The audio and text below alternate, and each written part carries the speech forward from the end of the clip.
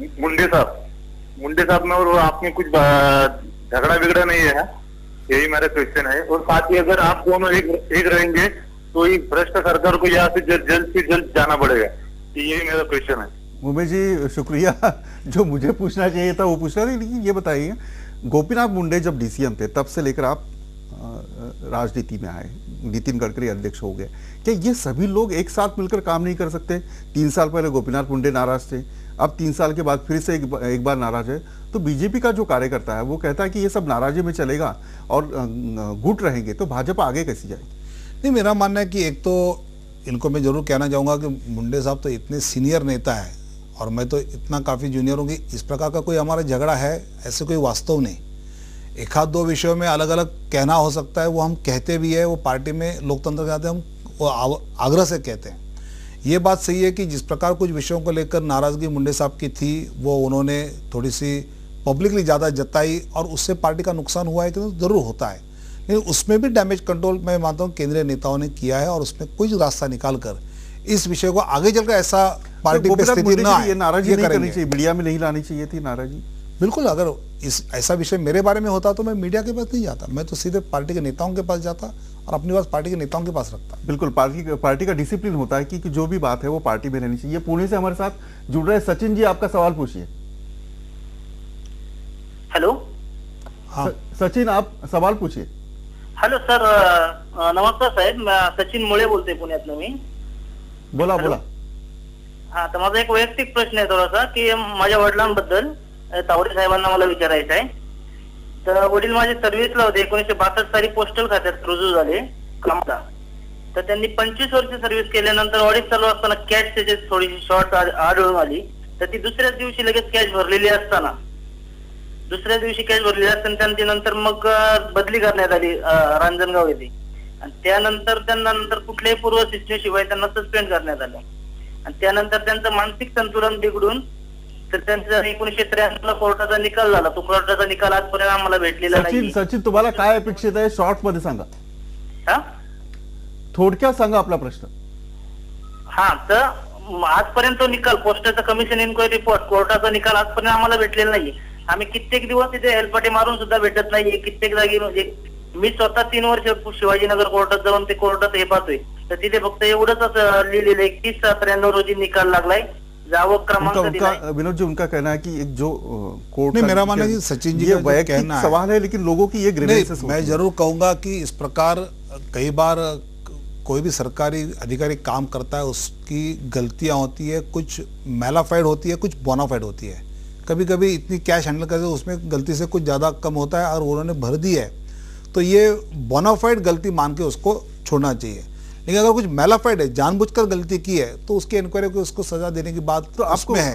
लेकिन ये जो बात कह रहे हैं, मैं मानता हूं कि अगर इसके डिटेल्स अगर मेरे पास वो भेजते हैं तो मैं जरूर पोस्ट एंड टेलीग्राफ डिपार्टमेंट हो या शिवाजी नगर का कोर्ट हो, इससे उनके केस की वास्तविकता क्या है वो उनको मैं 7 दिन के अंदर जानकारी दे सकता हूं। सचिन जी, आप विनोद जी से संपर्क कर सकते हैं। आपके विभाग में कोई बीजेपी के कार्यकर्ता है तो विनोद जी का संपर्क, आप उनका नंबर जो है आप ले सकते हैं। हमारे साथ दूसरे कॉलर जुड़ रहे हैं। रमेश जी, आपका सवाल पूछिए।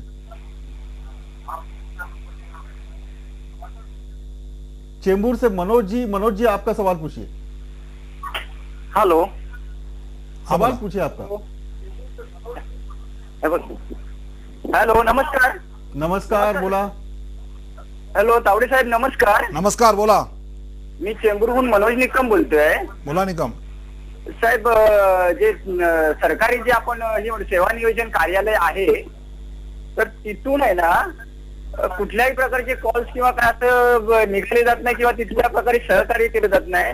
तर आपण एक विरोधी पक्षामध्ये असून आपलं तिथं काय असं वर्चस्व आहे का किंवा आपण तिथं काय करू शकता का की जेणेकरून इतर जी मंडळ आहेत त्याप्रमाणे आपण जर काय त्याच्यावरती एक प्रस्थापित अशी कमिटी जर स्थापन करून आपल्याला जर ज्या आपल्या महाराष्ट्रातली जी लोक आहेत जी अधिकारी वाढलेली आहेत त्यांच्यासाठी तुम्हाला आपल्याला काय करता येईल का? बिल्कुल, मनोज जी का सवाल है कि जो भी बेरोजगार लोग हैं उनको कॉल्स नहीं आ रहे। नहीं, एक तो ऐसा है कि काफ़ी नौकरियां आजकल जिस प्रकार सेवा एम्प्लॉयमेंट एक्सचेंज से जो नौकरियां जा रही है वो बहुत कम जा रही है, लेकिन वहाँ पर भी जो ईमानदारी में वेटिंग लिस्ट है उसका कहीं भी अनुकरण न होते हुए हर मंत्री, हर विधायक अपने अपने नामों को यहाँ घुसाकर जो जेन्युइनली वेटिंग लिस्ट पर है, जो प्रामाणिकता से कतार में है, उस पर अन्याय हो रहा है। और इसमें काफ़ी भ्रष्टाचार भी हो रहा है, जो भ्रष्टाचार वहाँ के चपरासी से लेके वहाँ के मंत्री तक सब इसमें जुड़े हैं। कई बार पिछले 2-3 साल में खड़से साहब है, मुनगंटीवार जी है, मैं, देवेंद्र, हम लोगों ने ये काफ़ी विषय निकाले ताकि समय समय पर इसको कहीं तो भी स्ट्रीमलाइन करने का प्रयास हुआ है। लेकिन आज भी ये घटना हो रही है और मैं मानता हूँ कि हमारे पास ऐसी घटना आती है, हम स्वयं जाके निकालते हैं और इस प्रकार की घटनाओं को लेकर सरकार में ये भ्रष्टाचार रुके और आम आदमी को क्रम से, लाइन से, उसके प्रेफरेंस से उसको सुविधा मिलनी चाहिए, उसको मौका मिलना चाहिए। ये प्रयास एक विपक्ष के नाते हम जरूर करते हैं। अपने साथ नांदेड़ से वसंत जुड़ रहे हैं। वसंत जी, आपका सवाल पूछिए। हाँ सर, मेरा सवाल यह है कि वो महाराष्ट्र सरकार बोले थे इलेक्शन से पहले कि वो शिवाजी महाराज का स्मारक बनाना चाहते वो, तो अभी तक उन्होंने नहीं बनाया वो स्मारक। लेकिन तो विरोधी पक्ष नेता विनोद तावड़े जी हैं, तो उन्होंने क्या किया है अब तक? उससे वो प्रेशर क्यों नहीं ला रहे सरकार के ऊपर वो स्मारक बनाने के लिए? स्मारक की घोषणा हुई थी लेकिन स्मारक की मांग जो जिस प्रकार अपने मैनिफेस्टो में, जाहिरनामा में कांग्रेस राष्ट्रवादी ने की, तो ये तो लोगों के वोट बटोरने के लिए उन्होंने किया था। जब भी स्मारक की घोषणा हुई तो समुद्र में पर्यावरण डिपार्टमेंट से उसकी एनओसी मिल सकती है क्या? अगर मिल सकती है तो किस प्रकार मिल सकती है, उसको कितना टाइम लगेगा? लेकिन चुनाव आते ही राष्ट्रवादी कांग्रेस और कांग्रेस इस प्रकार के लुभावने नारे देते हैं, जनता उसके पीछे जाती है। लेकिन उसको लेकर पिछले 2 साल में हर अधिवेशन में ये विषय विपक्ष ने भी निकाला, उनकी पार्टी के लोगों ने भी निकाला, लेकिन हर बात जो कठिनाइयां दे रही है, ये स्मारक बनाना, ये कांग्रेस राष्ट्रवादी की ईमानदारी में नीयत नहीं है। सिर्फ वोटों को बटोरने का काम करने के लिए इस प्रकार के लुभावने नारे दे रहे हैं और अगर उन्होंने घोषणा की है तो उनको ये वास्तव में करना पड़ेगा।